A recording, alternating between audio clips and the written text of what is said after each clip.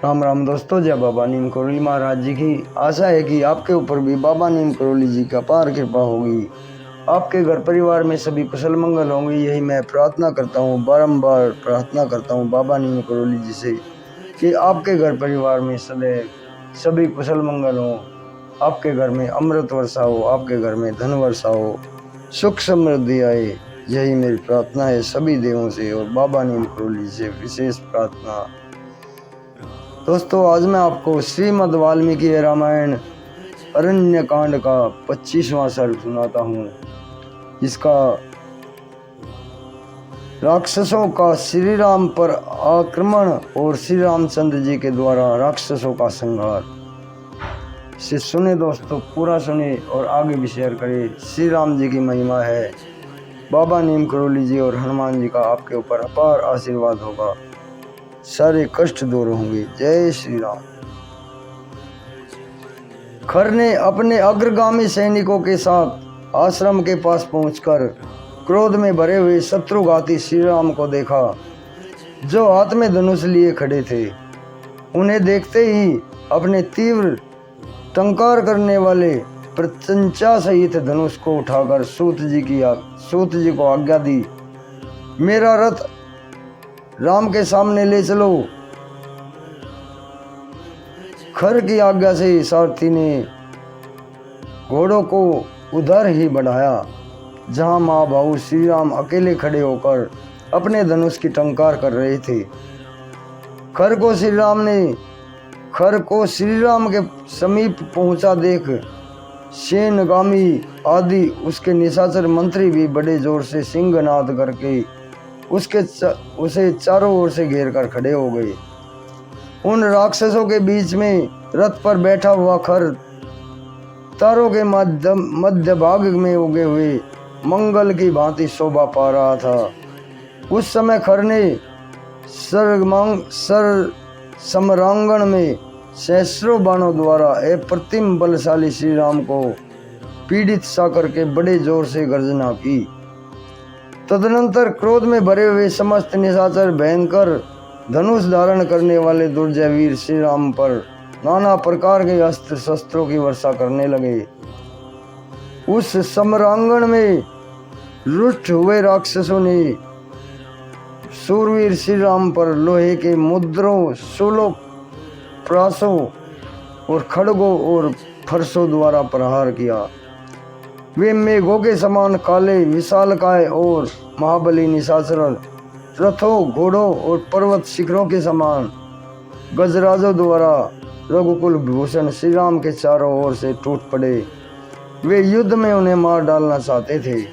जैसे बड़े बड़े मेघ गिरिराज पर जल की धाराएं बरसा रहे हों, उसी प्रकार वे राक्षस श्री राम पर बाणों की वृष्टि कर रहे थे।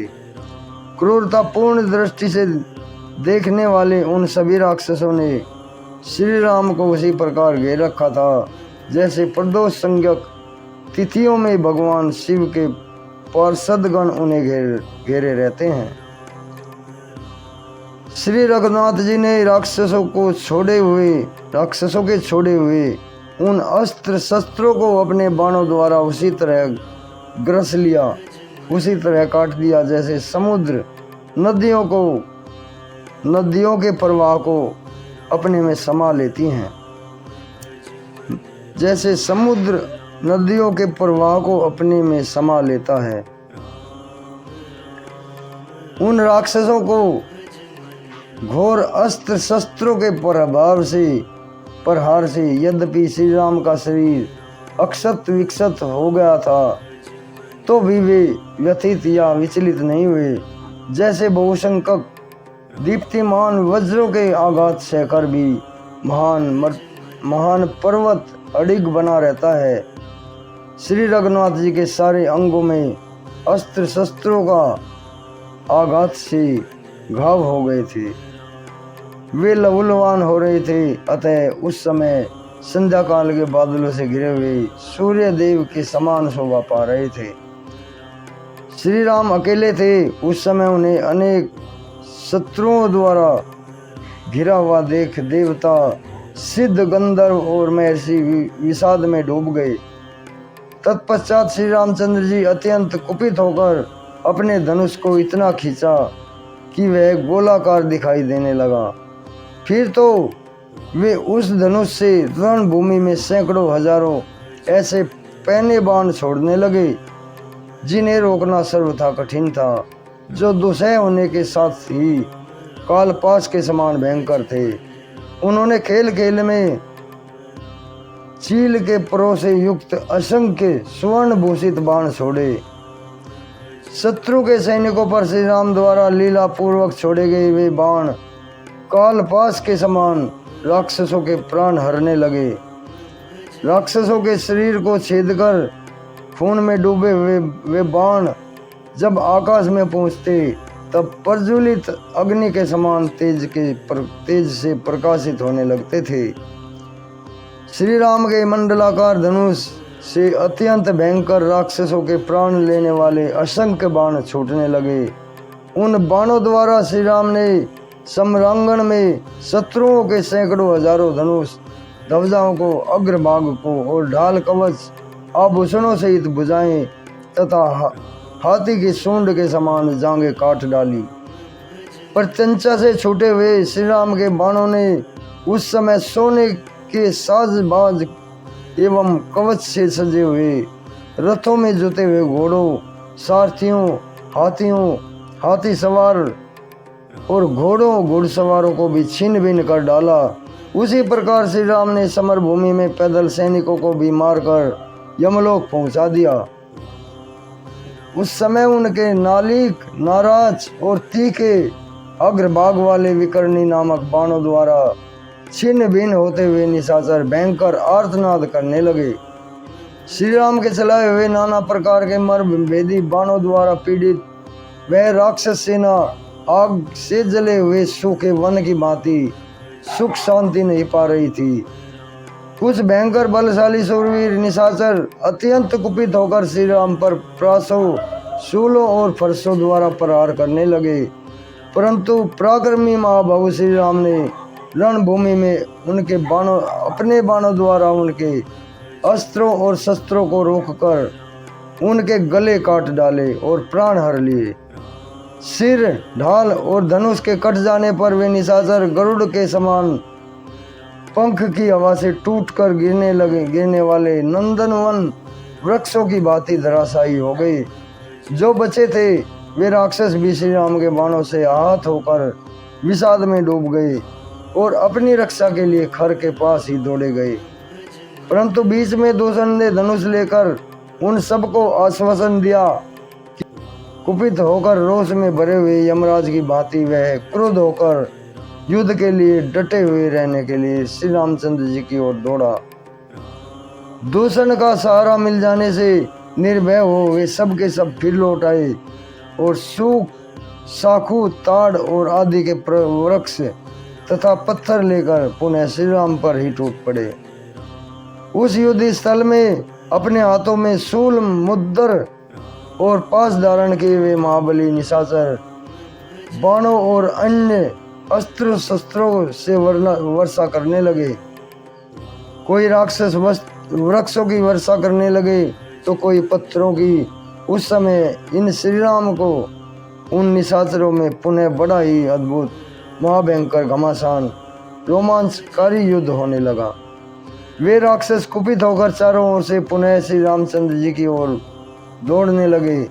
तब सब ओर से आए हुए राक्षसों से संपूर्ण दिशाओं, उपदिशाओं को भी घिरी हुई देखकर बाण वर्षा से आच्छादित हुए महाबली श्री राम ने भैरव नाद करके उन राक्षसों पर परम तेजस्वी गंधर्व नामक अस्त्र का प्रयोग किया। फिर तो उनके मंडलाकार धनुष से सहस्रों बाण छूटने लगे। उन बाणों से दसों दिशाएं पूर्णतः आच्छादित हो गई। बाणों से पीड़ित राक्षस यह नहीं देख पाते थे कि श्री रामचंद्र जी कब भयंकर बाण हाथ में लेते हैं और कब उन उत्तम बाणों को छोड़ देते हैं। वे केवल उनको धनुष खींचते ही देखते थे। श्री रामचंद्र जी के बाण समुदाय रूपी अंधकार ने सूर्य सहित सारे आकाश मंडल को ढक दिया। उस समय श्री राम उन बाणों को लगातार छोड़ते हुए एक स्थान पर खड़े थे। एक ही समय में बाणों द्वारा अत्यंत गिरे हुए बहुसंख्यक राक्षसों की लाशों से वहां की भूमि पट गई। जहां जहां दृष्टि की जाती थी वहीं वहीं से हजारों राक्षस मरे गिरे, क्षीण हुए, कटे पिटे और विलीन हुए दिखाई देते थे।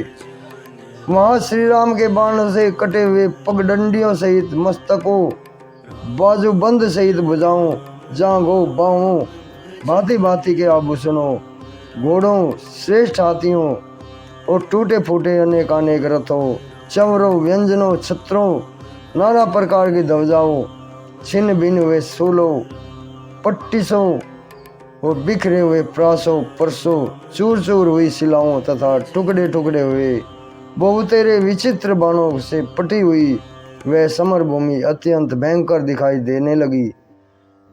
उन सबको मारा देख शेष राक्षस अत्यंत आतुर होकर वहां से शत्रु नगरी पर विजय पाने वाले श्री रामचंद्र जी के सम्मुख जाने में असमर्थ हो गए। इस प्रकार श्री वाल्मीकि निर्मित आस रामायण आदि काव्य के अरण्य कांड में 25वां सर्ग पूर्ण हुआ। जय श्री राम, जय बाबा नीम करोली महाराज की, जय हनुमान जी। राम राम,